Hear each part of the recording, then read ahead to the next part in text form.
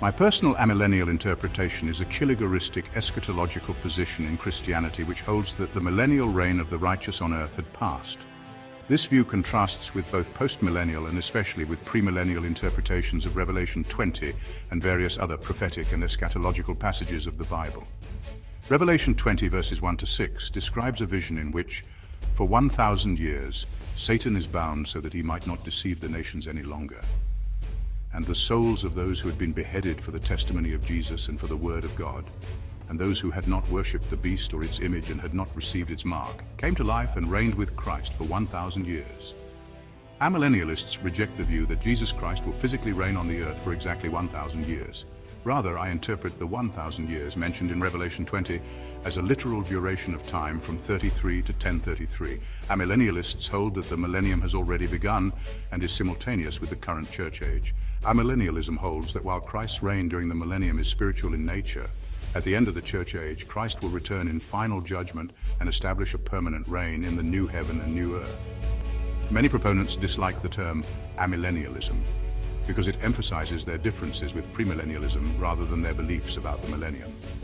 Amillennial was actually coined in a pejorative way by those who hold premillennial views. Some proponents also prefer alternate names such as nunc millennialism, that is, now millennialism or realized millennialism, although these other names have achieved only limited acceptance and usage. Comparison of Christian millennial interpretations. Some amillennialists, such as Roman Catholics, believe in a scenario close to post-tribulational premillennialism, but with the Antichrist taking the place of the second coming in the timeline, which occurs at the same time as the Last Judgment. Few early Christians wrote about this aspect of eschatology during the first century of Christianity, but most of the available writings from the period reflect amillennialist perspective, sometimes referred to as chiliasm. The amillennial position was present in the early period, as suggested in the Epistle of Barnabas, and it would become the ascendant view during the next 2 centuries. Church fathers of the 3rd century who rejected the millennium included Clement of Alexandria, Origen, and Cyprian. Justin Martyr, who had chiliastic tendencies in his theology, mentions differing views in his dialogue. Certain amillennialists, such as Albertus Peters, understand pseudo-Barnabas to be amillennial, though many understand it instead to be premillennial. In the 2nd century, the Alogi, those who rejected all of John's writings, were amillennial, as was Caius in the first quarter of the 3rd century. With the influence of Neoplatonism and dualism, Clement of Alexandria and Origen denied premillennialism.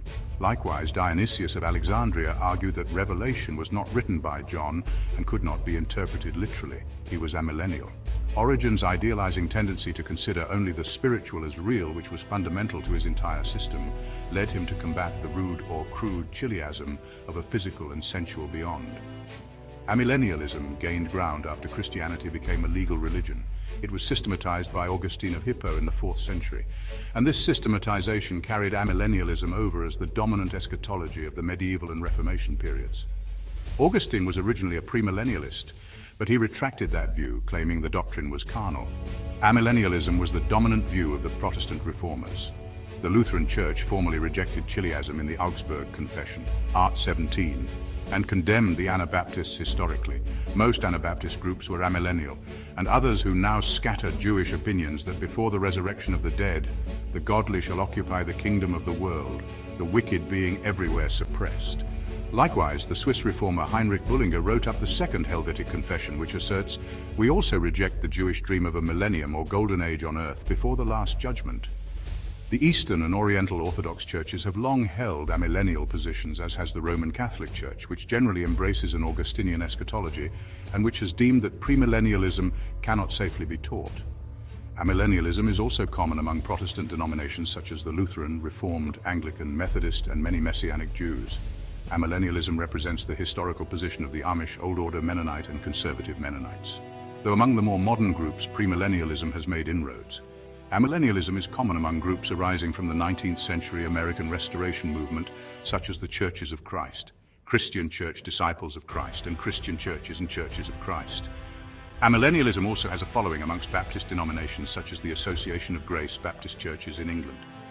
Partial preterism is sometimes a component of amillennial hermeneutics. Amillennialism declined in Protestant circles with the rise of postmillennialism and the resurgence of premillennialism in the 18th and 19th centuries. But amillennialism has regained prominence in the West after World War II.